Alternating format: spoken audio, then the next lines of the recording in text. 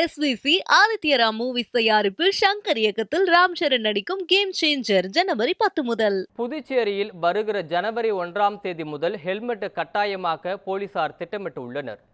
புதுச்சேரியில் 2017ஆம் ஆண்டு ஹெல்மெட் அணிவது கட்டாயமாக்கப்பட்டது. இதற்கு பொதுமக்கள் மத்தியில் கடும் எதிர்ப்பு கிளம்பியதால் பின்னர் நடைமுறை திரும்ப பெறப்பட்டது.